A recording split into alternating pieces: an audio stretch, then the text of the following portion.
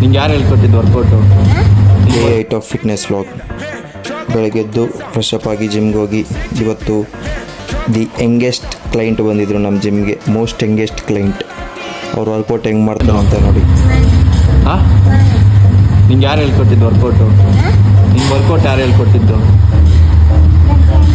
ಹಾಂ, ದರ್ಶನ್.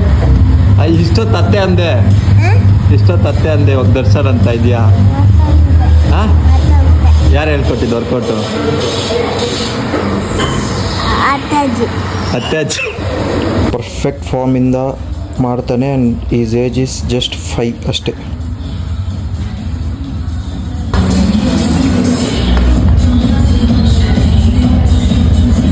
ಮೆತ್ತಿಗೆ ಮಾಡೋ.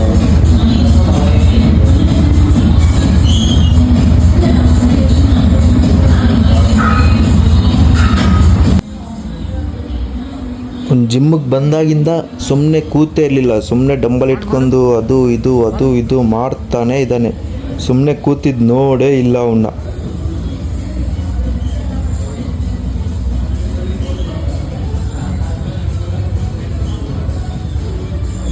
ಆಮೇಲೆ ಜಿಮ್ ಮುಗೀತು. ಮತ್ತು ಮನೆಗೆ ಬಂದು ಊಟ ತಿಂದು ತರಕಾರಿ ಖಾಲಿ ಆಗಿತ್ತು. ತರಕಾರಿ ತಂದು ಚಿಕನ್ ತಂದು ಬಂದು ಚಿಕನ್ ಮ್ಯಾರಿನೇಟ್ ಮಾಡಿ ಸ್ವಲ್ಪ ಹೊತ್ತು ನಿದ್ದೆ ಮಾಡಿ ಎದ್ದು ಆಮೇಲೆ ತಿಂದು ಇವತ್ತು ಪುಷ್ ಡೇ ಅಗೇನ್. ಪುಷ್ ವೀಕಲ್ಲಿ ನಾನು 2 ಟೈಮ್ಸ್ ಟ್ರೈನ್ ಮಾಡ್ತೀನಿ. Push pull leg. ಸೊ ಇದು second session push. Same variations. ಟ್ರೈಸಿಪ್ಪಿಗೆ ಮಾತ್ರ ಟ್ರೈಸಿಪ್ ಆ್ಯಂಡ್ ಫ್ಲೈಸ್ಗೆ ಚೆಸ್ಟ್ ಫ್ಲೈಸು ಎಕ್ಸಸೈಸ್ ಚೇಂಜ್ ಆಗುತ್ತೆ. ವರ್ಕೌಟೆಲ್ಲ ಮುಗಿಸ್ಕೊಂಡು ಪಂಪ್ ಹೆಂಗಿದೆ ಅಂತ ಕಮೆಂಟಲ್ಲಿ ತಿಳಿಸಿ.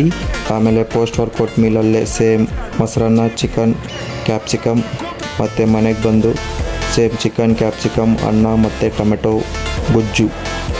ಅದಾದಮೇಲೆ ವಾಕಿಂಗ್ ಮಾಡ್ತಾ ಕ್ಯಾರೆಟ್ ತಿಂದು ಬಂದು ಮಲ್ಕೊಂಬಿಟ್ಟೆ ಅಷ್ಟೇ.